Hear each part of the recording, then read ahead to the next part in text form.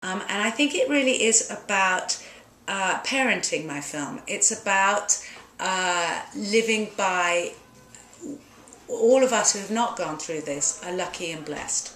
And all of us who do not have any health issues, touch wood, to deal with are lucky and blessed. And the rest of life is a bonus, really. And we have amazing ups and amazing downs. But this poor young boy, and I worked very specifically on a younger dad. So Thomas Dekker plays a 21-year-old. He's a former Disney child star, actually, and he's been seen in a few things as a young adult. To me, he looks like Jared Leto's baby brother or something. He does, or he looks like Robert Downey Jr. sometimes. I mean, he's an incredibly beautiful young boy and an incredibly talented, incredibly sophisticated, brilliant young boy. But he was in a... He was a child star, you're right. He was in a TV show, and he also was in a film called Kaboom. He's often the Greg Araki movie. Yeah. Greg loves beautiful young boys. Yeah, and he often plays kind of homosexual kids who are lost and don't know who they are and whether they're heterosexual or homosexual. But in our film, he is a young father of 21, and he goes through this agonizing mistake, really, which is he takes his kid to see the first snow, and he's as good a father as he can possibly be, and he takes his eye off the little boy for 1 second, and there go all of us, by the grace of God, because I think that as parents we've all taken our eye off the ball one time. Gaby, why did you want to make this movie? What was the... I mean, we've discussed here, you know, the subject of the film, but when you've come from a movie about a man, an older man trying to do the impossible and swim the English Channel, a personal story of individual courage, that was so well received, I would think you would have had choices in what you could do for your next film, and you chose this. I know. I think finally I'm going to end my sad story filmmaking and move on to comedies.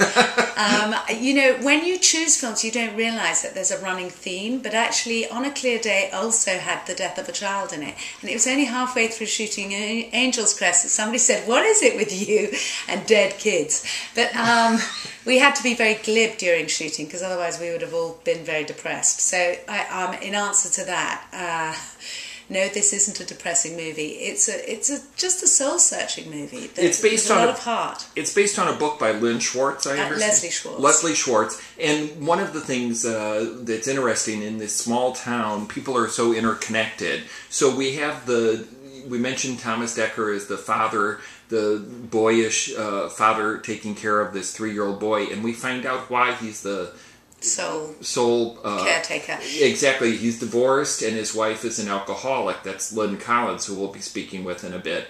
And then there's another couple that we find out with Elizabeth McGovern and Kate Walsh. And their child, Elizabeth McGovern's son, is another story involved with the movie. And then there's Mira Sorvino, Angie, in the diner, who also has 2 little children.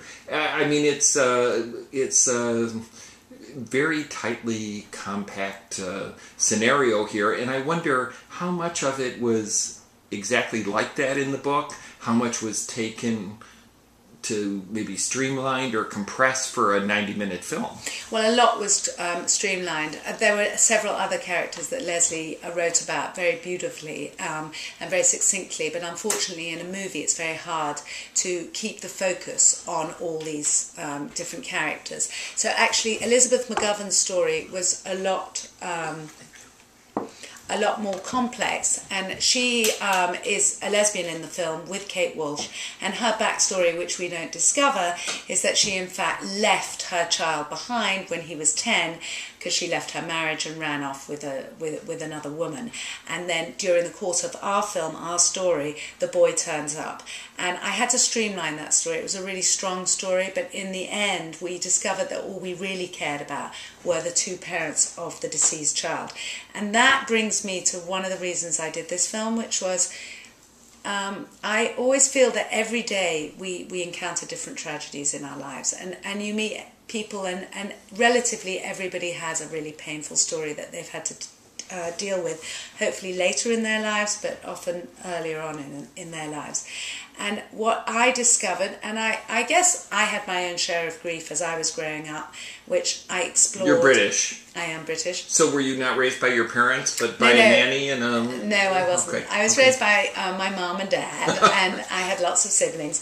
But I had my own problems or encountered sad things as I was growing up, and I think that what grief was and what it meant to family members was what I have always wanted to explore, and I think Angel's Crest did that. And that is that a terrible thing happens to a family and everybody comes out, the whole community comes and supports you, but they all have opinions about why the terrible thing occurred, who is to blame.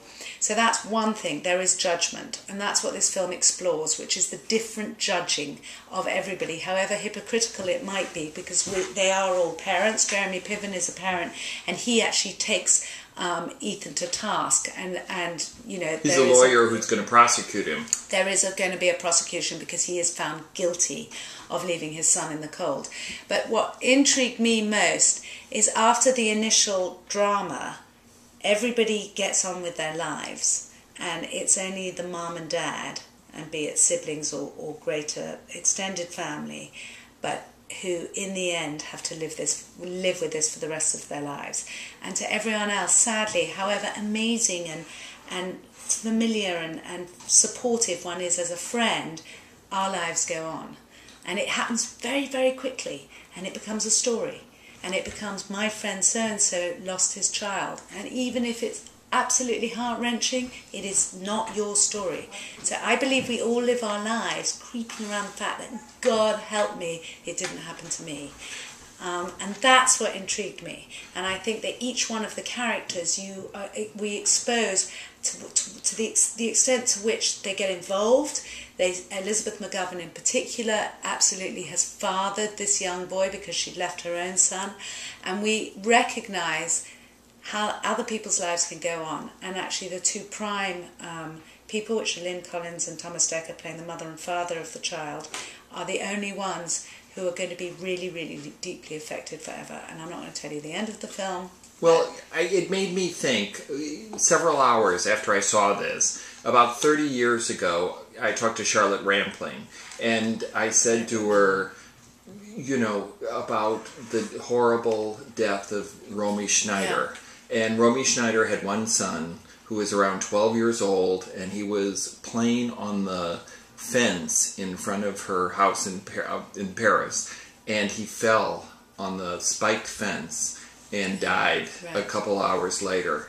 And Romy ultimately committed suicide not long after. Really? And Charlotte said to me, when that happened, it was it.